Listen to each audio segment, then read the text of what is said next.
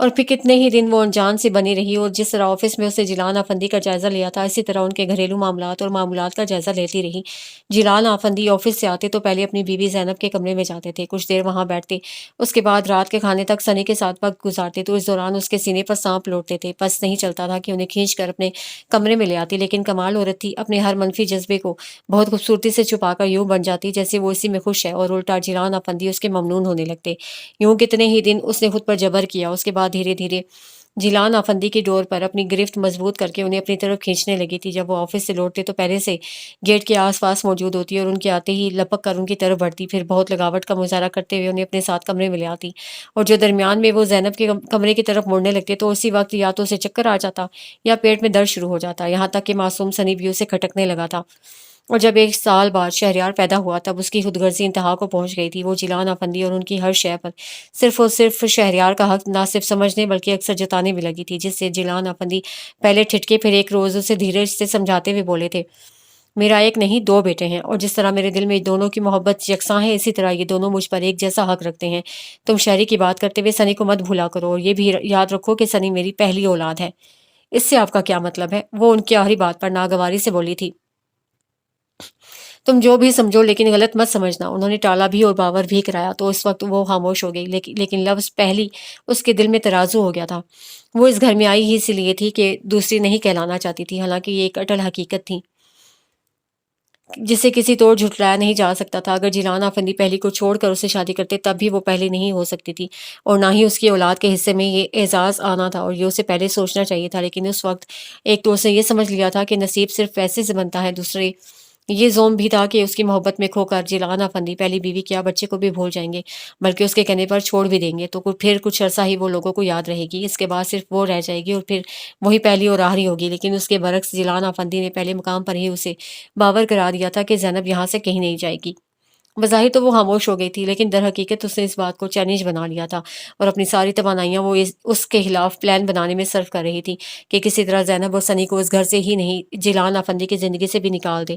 مختلف بہانوں سے وہ جیلان آفندی کو اس کے کمرے تک جانے سے تو روک لیتی تھی، لیکن انہیں اس سے متنفر نہیں کر پا رہی تھی، کیونکہ جیلان آفندی اس کے خلاف کو سنتے ہی نہیں تھے۔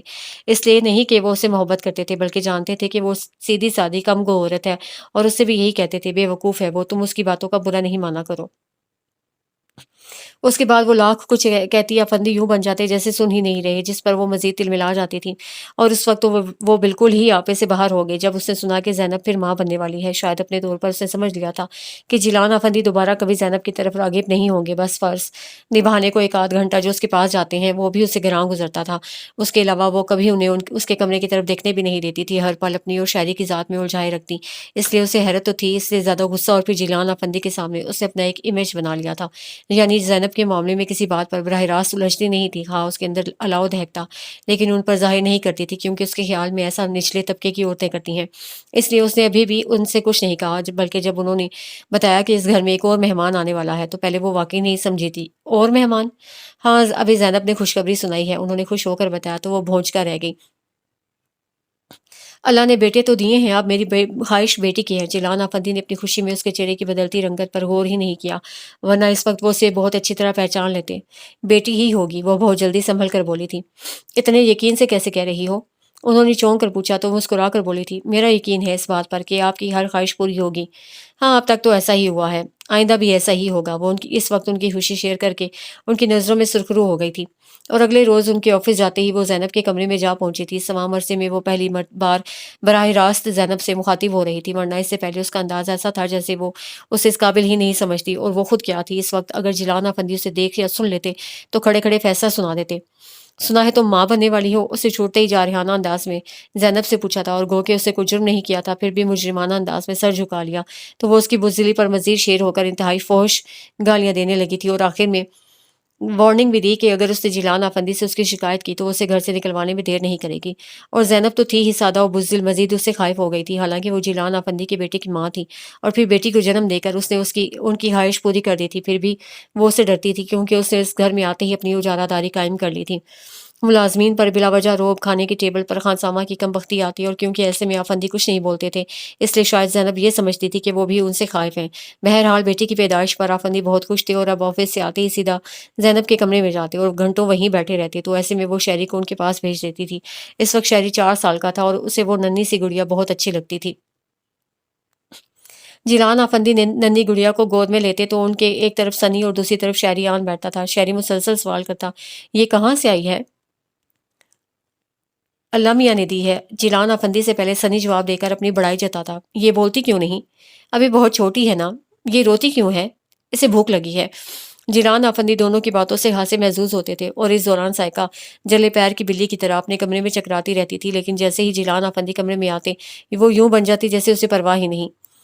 جب گڑیا 6 مہینے کی ہوئی تو اس کی معصوم کلکاریاں سارے گھر میں گونجنے لگی تھیں، اور فطری سی بات تھی کہ جیلان آفندی بے اختیار اس کی طرف کھینچے چلے جاتے۔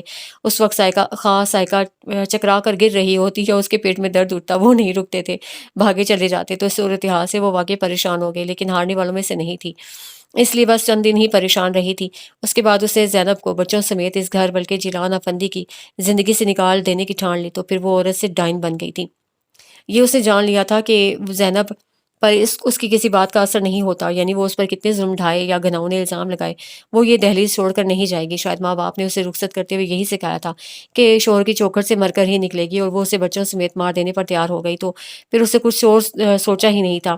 اور دوپہر کے کھانے میں گھر میں موجود کیڑے مکوڑے مارنے کی دوا کافی مقدار میں سالن میں ملا کر خود اپنے کمرے میں شہری کو ہوم ورک کروانے میں لگ گئی تھی۔ جب ملازمہ اسے کھانے کے لیے بلانے آئی تو اسے ہنسی یزمردہ شکل بنا کر کہا تھا، میری طبیعت ٹھیک نہیں ہے، سر میں بہت درد ہے، بس ایک کپ چائے لا دو۔ اور کھانا؟ ملازمہ نے پوچھا تو وہ چڑھ کر بولی، کیا کھانا؟ وہ جی میں نے میز پر رکھ دیا ہے۔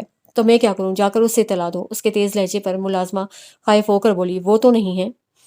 نہیں ہے؟ زینب نہیں ہے؟ کہاں گئی؟ وہ بوکھلا کر اٹھ کھڑی ہوئی، پتہ نہیں جی، مجھے تو نہیں بتایا۔ اچھا، اسے چند لمحے سوچنے کے بعد پوچھا، بچوں کے پاس کون ہے؟ بچے ان کے ساتھ تھے جی، ملازمہ نے بتایا۔ تو وہ چونکی چھٹکی، پھر فوراً سنبھل کر بولی، اچھا ٹھیک ہے، تم جاؤ، اور ہاں چائے ابھی مت بنانا، میں پہلے کھانا کھاؤں گی۔ پھر وہ ملازمہ کے ساتھ ہی نکل کر ڈائننگ روم میں آئی تھی، اور اسے دکھانے کی خاطر اس نے پلیٹ میں سالن بھی نکالا تھا، پھر روٹی ہاتھ میں لے کر اس سے بولی تھی، ابھی تم جاؤ، زینب آئے گی تو وہی تمہیں اور کام بتائے گی۔ ملازمہ چلی گئی، تب اس سے پہلے سالن ٹھکانے لگایا، پھر زینب کے بارے میں سوچنے لگی کہ وہ اس وقت کہاں گئی ہے، میکے یا ڈاکٹر کے پاس، کیونکہ اس کے علاوہ تو وہ کہیں نہیں جاتی تھی، اور یہ وقت دونوں جگہ جانے کا نہیں تھا، یعنی اگر اسے میکے جانا ہوتا تو وہ صبح کو جاتی تھی اور ڈاکٹر کے پاس شام کو۔ اس لیے وہ ٹھٹکی گیا، شاید اس کے دل میں چوٹ تھا۔ جب ہی شہری کو سلا کر وہ زینب کے کمرے میں آ گئی، پہلی نظر میں ہی اسے کسی گڑبڑ کا احساس ہو گیا تھا، حالانکہ کمرے میں کہیں پھیلاوا نہیں تھا۔ پھر اسے غور کیا تو الماری کے دونوں پٹ کھلے نظر آئے۔ وہ تیر کسی تیزی سے بڑھی اور الماری کا جائزہ لینے لگی۔ کچھ بھاری کام کے کپڑے تھے اور بس دراز خالی، اور لاکر میں سے ایک لفافہ اس کے ہاتھ آیا، جسے اس نے فوراً چاک کر کے دیکھا تو آفندی کے نام خط تھا، غالباً بہت اجلت میں لکھا گیا تھا، جیلان، میں آپ کی دنیا سے بہت دور جا رہی ہوں، کیونکہ میں سائقہ کا مقابلہ نہیں کر سکتی۔ وہ عورت نہیں، ڈائن ہے، جسے آج کھانے میں زہر ملاتے ہوئے خانسامہ نے خود دیکھا ہے۔ اگر وہ مجھے نہ بتاتا تو شاید آپ کی واپسی تک میں اور سنی زندگی سے ہاتھ دھو چکے ہوتے۔ مجھے اپنی زندگی کی پرواہ نہیں، لیکن اپنے بچوں کی خاطر مجھے ابھی بہت جینا ہے۔ میری دعا ہے اللہ آپ کو اس عورت کے شر سے محفوظ رکھے۔ زینب اسے ہاتھ مٹھی میں دبا کر دانت پیسے، لیکن اس کا دل قابو میں نہیں تھا۔ اس خیال سے ہی اسے پسینہ آ رہا تھا کہ اگر یہ خط آفندی کے ہاتھ لگ جاتا تو اپنے کمرے میں آ کر وہ کتنی دیر تک اسی خیال کے زیر اثر رہی۔ بڑی مشکل سے اس نے خود پر قابو پایا تھا، پہلے خط جلایا، اس کے بعد چاہا کہ کچھ دیر سو جائے، لیکن نیند کہاں آنی تھی۔ اسے زینب اور اس کے بچوں کی پرواہ نہیں تھی، اس کے بلا سے جہنم میں جائیں، بس یہ سوچ پریشان کر رہی تھی کہ کہیں وہ جیلان آفندی تک نہ پہنچ جائے۔ اگر ایسا ہو گیا تو پھر جانے آفندی اس کا کیا حشر کریں۔ اس کے ساتھ ہی اسے یہ خیال آیا تھا کہ اگر زینب زہر آلود کھانا کھا کر مر جاتی تو اس کا حشر اور بھی برا ہوتا، اور یہ اس نے پہلے نہیں سوچا تھا۔ اچھا ہوا خود ہی چلی گئی، اور اگر آفندی تک پہنچ بھی گئی تو میں صاف منہ کر جاؤں گی، کیا ثبوت ہے اس کے پاس کہ میں نے کھانے میں کچھ ملایا تھا، اور خانسامہ اس نمک حرام کو تو میں نہیں چھوڑوں گی۔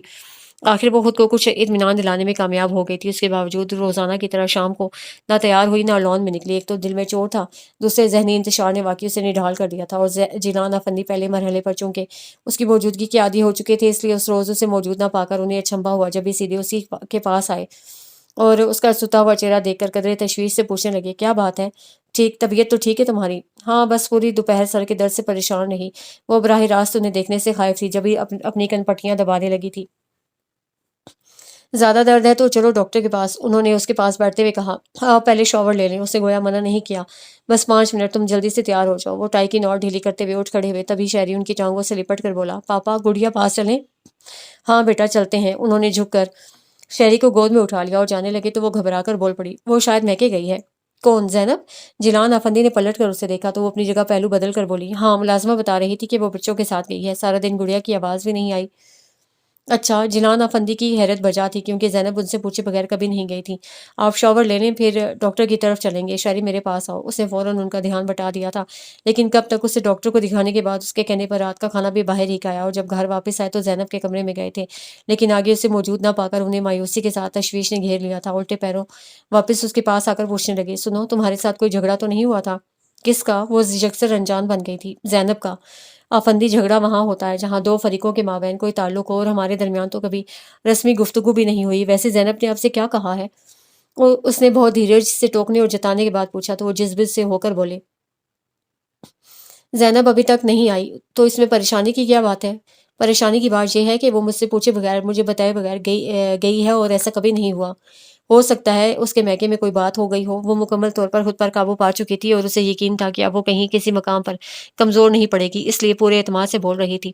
تو وہ مجھے فون کر سکتی تھی، انہوں نے الجھ کر کہا تو اس بار اس نے ناگواری سے ٹوکا۔ آفندی، اس کا معاملہ آپ اسی کے ساتھ نمٹائیں۔ جیلان افندی نے ہونٹ بھینچ کر کچھ دیر سوچا، پھر کارڈ لیس لے کر زینب کے کمرے میں چلے گئے اور نمبر ڈائل کرتے ہوئے انہیں اچانک کمرہ خالی خالی سا لگنے لگا، تو وہ الجھ کر ایک ایک چیز کو دیکھنے لگے، جبکہ ادھر کارڈ لیس بھی کان سے لگا چکے تھے۔ ہیلو، ادھر سے ان کی چچی ساس کی آواز آئی تھی۔ السلام علیکم، انہوں نے چونک کر سلام کیا تھا۔ خوش رہو میاں، ٹھیک تو ہو؟ جی، آپ کے ہاں سب خیریت ہے نا؟ انہوں نے فوراً پوچھا تو ان کی توقع کے خلاف جواب آیا، اللہ کا شکر ہے سب خیریت ہے۔ اور زینب؟ میرا مطلب ہے زینب سے بات کریں، انہوں نے کہا۔ زینب وہیں اپنے گھر ہوگی، تم کہاں سے بات کر رہے ہو؟ ادھر سے چچی نے تعجب سے پوچھا تو وہ الجھ کر بولے، میں گھر سے ہی بات کر رہا ہوں، زینب صبح گئی تھی آپ کی طرف۔ ہاں، ادھر تو نہیں آئی؟ پھر کہاں گئی؟ بچے بھی اس کے ساتھ ہیں اور ابھی تک گھر واپس نہیں آئی۔ انہوں نے یوں جرا کی جیسے ان کا قصور ہو۔ الہی خیر، میری بچی۔ ادھر چچی رونے لگیں تو انہوں نے جھنجھلا کر سلسلہ منقطع کر دیا، اور اس دوران جو الماری کے ادکھلے پٹ ان کی توجہ کھینچ رہے تھے تو وہ فوراً اٹھ کر اس کا جائزہ لیتے ہی چکرا گئے تھے۔ پورا سیف خالی تھا، جس کا مطلب تھا کہ زینب سب قیمتی چیزیں اپنے ساتھ لے گئی ہے، اور انہیں قیمتی چیزوں کی پرواہ نہیں تھی۔ زینب اور بچوں کا خیال تھا، اور ان کی سمجھ میں نہیں آ رہا تھا کہ اسے اتنا بڑا قدم کیوں اٹھایا۔ اگر اسے ان سے یا سائیکا سے کوئی شکایت تھی تو پہلے ان سے کہتی۔ اس طرح جا کر تو وہ انہیں بڑی مشکل میں ڈال گئی تھی۔ اگر اپنے میکے جاتی تب بھی پریشانی کی بات نہیں تھی، کہاں جا سکتی ہے؟ وہ سوچ سوچ کر تھک گئے تو وہیں چیئر کی بیک پر سر رکھ کر آنکھیں بند کر لیں۔ ان کا ذہن بری طرح چٹک رہا تھا۔ کتنی دیر بعد سائیکا نے آ کر انہیں پکارا، آفندی۔ وہ سوئے نہیں تھے پھر بھی آنکھیں نہیں کھولیں تو سائیکا ان کا کندھا ہلا کر بولی، آفندی ایسے کیسے سو رہے ہیں؟ بیڈ پر چلیں۔ میں سو نہیں رہا۔ انہوں نے آنکھیں کھولیں تو ان میں سرخی دیکھ کر وہ اندر ہی اندر دہل کر پوچھنے لگی، کیا ہوا ہے آفندی؟ آپ کی طبیعت تو ٹھیک ہے؟ اور وہ زینب ابھی تک نہیں آئی؟ وہ شاید آنے کے لیے نہیں گئی، وہ بمشکل اپنا غم اور غصہ دبا کر بولے تھے۔ کیا مطلب؟ مطلب میں خود نہیں سمجھ پا رہا، تمہیں کیا بتاؤں؟ وہ سوچتے ہوئے بولنے لگے تھے، وہ اگر مجھ سے یا تم سے لڑ کر جاتی تو اپنی ماں کے گھر جاتی، لیکن وہ وہاں نہیں گئی، اور جاتے ہوئے اپنے ساتھ زیورات اور نقد رقم بھی لے گئی ہے۔ اس سے تمہارے ذہن میں کیا بات آتی ہے؟ انہوں نے اچانک اس سے پوچھا تو وہ اندر ہی اندر مطمئن ہو گئی، بولی کچھ نہیں۔ تو قدرے توقع سے وہ خود ہی کہنے لگے، نہیں، میرا دل نہیں مان رہا، وہ ایسی عورت نہیں ہے جو کسی کی باتوں میں آ کر اپنا گھر بار۔ وہ ہونٹ بھینچ کر نفی میں سر ہلانے لگے تو چند لمحوں میں اسے جانے کیا کچھ سوچ ڈالا، پھر ان کے گھٹنوں پر ہاتھ رکھ کر بولی تھی، میں اگر کچھ کہتی تو آپ کبھی میرا یقین نہ کرتے، بلکہ یہی سمجھتے کہ میں زینب سے جل کر اور آپ کو اس سے متنفر کرنے کی خاطر اس پر الزام لگا رہی ہوں۔ کیا مطلب؟ انہوں نے چونک کر دیکھا تو وہ نظر چرا کر بولی تھی، آپ جان تو گئے ہیں، اور مجھے تو بہت عرصے سے زینب کی سرگرمیاں مشکوک لگ رہی تھیں، لیکن یہ میرے گمان میں بھی نہیں تھا کہ وہ اتنا بڑا قدم اٹھا لے گی۔ کیا کیا دیکھا تھا تم نے؟ کیا سرگرمیاں تھیں اس کی؟ وہ تو سارا وقت گھر میں رہتی تھی۔ ہاں، یہ تو آپ کو معلوم ہے کہ وہ سارا وقت گھر پر میں رہتی تھی، لیکن یہ نہیں معلوم کہ اس کے پاس کون آتا جاتا تھا۔ اس کے یقین سے کہنے پر وہ کتنی دیر اسے دیکھتے رہے، پھر تنفر سے بولے تھے، میں اسے زندہ نہیں چھوڑوں گا، اور جس کے ساتھ گئی ہے اسے بھی، دونوں کو شوٹ کر دوں گا۔ Relax Effendi, relax. اس نے ان کا ہاتھ تھپکا لیکن وہ غصے سے اسے پرے دھکیل کر باہر نکل گئے تھے۔ پھر کتنا عرصہ جیلان آفندی پاگلوں کی طرح زینب کو ڈھونڈتے رہے تھے، اور اگر وہ انہیں کہیں نظر آ جاتی تو وہ ایک لمحے کی تاخیر کے بغیر اسے شوٹ کر دیتے، کیونکہ جس طرح وہ گئی تھی اس سے اگر انہیں اس کے بھاگ جانے کا شبہ تھا تو اس شبے کو تقویت دے کر یقین میں بدلنے والی سائیکا تھی، جو اپنے مقصد میں کامیاب ہو کر حقیقتاً اندر سے بہت خوش تھی، لیکن بظاہر جیلان آفندی کے ساتھ ہمدردی جتاتی اور ان کا غصہ کم کرنے کی کوشش کرتی تھی۔ یوں دھیرے دھیرے وہ زینب کی طرف سے ان کا دھیان ہٹانے میں کامیاب ہو گئی تو اسے سمجھ لیا کہ اب جیلان افندی بھی یہی چاہتے تھے، لیکن پھر اچانک جانے کیا ہوا تھا کہ جیلان افندی پہلے اس سے اکھڑے اکھڑے رہنے لگے، پھر ایک دم گمسم سے ہو گئے تھے۔ وہ پوچھتی تو ٹال جاتے اور وہ کزن زیادہ اصرار نہیں کرتی تھی، مبادہ وہ زینب اور بچوں کا ذکر لے بیٹھیں کیونکہ اتنا تو وہ جانتی تھی کہ آفندی بچوں کو نہیں بول سکتی اور بچوں ہی کو یاد کرتے ہوئے ایک رات ان کے سینے میں درد اٹھا تھا۔ میں ڈاکٹر کو فون کرتی ہوں، وہ واقعی پریشان ہو گئی تھی۔ فوراً ڈاکٹر کو فون کیا اور ادھر سے جواب نہیں ملا تو ایمبولینس بلا لی تھی، لیکن اس کے آنے سے پہلے ہی جیلان آفندی اس جہان فانی سے رخصت ہو گئے تھے۔ 35 سال کوئی اتنی زیادہ عمر نہیں ہوتی اور وہ اتنی ہی عمر میں بیوہ ہو گئی تھی۔ چاہتی تو نئے سرے سے نئی زندگی شروع کر سکتی تھی، لیکن جیلان افندی کی کرسی پر بیٹھ کر اسے جس حاکمیت کا احساس ملا تھا، ایک مرد کے سامنے کھونا نہیں چاہتی تھی۔ اور پھر واقعی اسے بہت دھڑلے سے حکمرانی کی تھی۔ بزنس کے اسرار اور رموز سے ناواقفیت کے باوجود بہت جلدی اسے ماربل انڈسٹریز کے علاوہ فیکٹری پر بھی کنٹرول حاصل کر کے بہت خوبی سے بزنس کو چلایا اور پھیلایا تھا، اور اس تمام عرصے میں یہ نہیں تھا کہ وہ زینب اور اس کے بچوں کو بالکل ہی بھول گئی تھی۔ کبھی کبھی خیال ضرور آتا تھا، لیکن یہ انہوں نے کبھی نہیں سوچا تھا کہ زینب کا بیٹا سنی کبھی ان سے اپنا حق مانگنے کی جرت بھی کرے گا، اور اس کی جرت پر وہ تل ملائی ضرور تھی لیکن پریشان نہیں تھی، کیونکہ انہیں خود پر بے پناہ بھروسہ اور غرور تھا۔ میرے مقابل سنی ایک پل نہیں ٹھہر سکتا، وہ تفاخر سے گردن اکڑا کر سوچتی تھی۔ ٹھٹرا دینے والی سردی کے باوجود وہ بلکنی میں کھڑی تھی اور دور سے آتی ہر گاڑی کو دیکھ کر سوچتی کہ شاید اس میں شہریار ہو۔ شام 5 بجے وہ چیک اپ کے لیے ڈاکٹر کے پاس گیا تھا اور اب 8 بج رہے تھے۔ پتہ نہیں اسے کیوں اتنی دیر کیوں ہو گئی تھی۔ اسے غصہ اس بات پر تھا کہ وہ اسے ساتھ لے کر کیوں نہیں گیا تھا۔ کتنا اصرار کیا تھا اس نے ساتھ جانے کو، لیکن وہ یہی کہتا رہا کہ بس 1 گھنٹے میں آ جاؤں گا، اور 3 گھنٹے ہو گئے تھے تو اب اس کی تشویش فطری تھی۔ ساری خفگی بھلا کر وہ اب اس کی خیریت سے واپسی کی دعائیں مانگ رہی تھی کہ ٹیلی فون کی بیل پر اسے پہلا خیال یہی آیا کہ شہریار کا فون ہوگا۔ جب یہ بھاگ کر اندر آئی تھی، ہیلو، اس کی بےتابی آواز میں بھی سمٹ آئی تھی۔ کیسی ہو فائقہ؟ دوسری طرف بیگم آفندی کی آواز سن کر اس کا زور زور سے دھڑکتا دل ٹھہر گیا تھا۔ میں بالکل ٹھیک ہوں ماما، آپ کیسی ہیں؟ بالکل ٹھیک۔ شہریار کہاں ہے؟ انہوں نے جواب کے ساتھ پوچھا۔ وہ چیک اپ کے لیے ہاسپٹل گئے تھے، ابھی تک نہیں لوٹے، وہ روحانسی ہو کر بولی تھی۔ تو اس میں رونے کی کیا بات ہے، آ جائے گا۔ بیگم آفندی نے ناگواری سے ٹوکا تو اس نے اپنے ہونٹوں پر ہاتھ رکھ لیا، مبادا سسکی کی صورت کو یہ آواز سن کر وہ اور ناراض ہو۔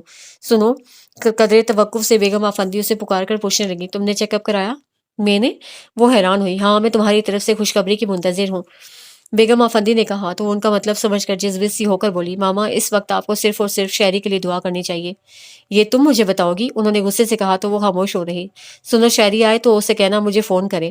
ادھر سے سلسلہ منقطع ہو گیا۔ عجیب عورت ہے، بلکہ عجیب ماں ہے، وہ ریسیور رکھ کر تعصب سے بڑبڑانے لگی تھی۔ بہت اسٹرانگ بنتی ہیں، یہ بے حسی ہے، سراسر بے حسی۔ ماں ڈور بیل پر وہ چونک کر اٹھی اور دروازے کے قریب جا کر انٹر کام کا بٹن دبا کر پوچھا، کون؟ شہریار۔ اسے فوراً دروازہ کھول دیا، لیکن پھر اسے دیکھ کر رخ موڑ کر کھڑی ہو گئی۔ سوری سوری یار، I am very sorry. Shahryar نے اسے کندھوں سے تھام کر اپنی طرف موڑا تو وہ روٹھے لہجے میں بولی، مجھ سے بات مت کریں۔ پھر کس سے کروں؟ مجھے نہیں پتا۔ وہ اپنے کندھوں سے اس کا ہاتھ ہٹا کر کچن میں آ گئی۔ بہت سخت بھوک لگی ہے، لیکن میں کھانا نہیں کھاؤں گا، شہریار نے اس کے پیچھے آتے ہوئے کہا تو اسے بے اختیار پوچھا، کیوں؟ تم جو ناراض ہو، وہ معصوم سی شکل بنا کر بولا تو اسے ہنسی آ گئی۔ میں بالکل ناراض نہیں ہوں، آپ جلدی سے منہ ہاتھ دھوئیں، میں کھانا نکال رہی ہوں۔ اوکے باس۔ وہ اسے سلیوٹ مار کر واپس پلٹ گیا تو اسے کھانا نکال کر ٹیبل پر رکھا اور خود بھی بیٹھ گئی۔ شہریار سے فات ہو کر یہ آ گیا تھا۔ تم کھانا اچھا پکا لیتی ہو، شہریار نے اپنی پلیٹ میں سالن نکالتے ہوئے کہا، تھینک یو۔ میں پاکستان جاتے ہی خانسامہ کی چھٹی کر دوں گا، اس نے کہا، پھر خود ہی برا سا منہ بنا کر بولا، لیکن ماما نہیں کرنے دیں گی۔ ارے ہاں، ماما کا فون آیا تھا، اسے یوں ظاہر کیا جیسے ماما کے ذکر پر اسے یاد آیا ہو۔ کب؟ شہریار کھانے سے ہاتھ روک کر اسے دیکھنے لگا۔ ابھی کچھ دیر پہلے، آپ کھانے کے بعد انہیں فون کر لیجیے گا، اسے کہا تو وہ کھانا چھوڑ کر اٹھنے لگا تھا۔ ماما انتظار کر رہی ہوں گی، میں پہلے ان سے بات کر لوں۔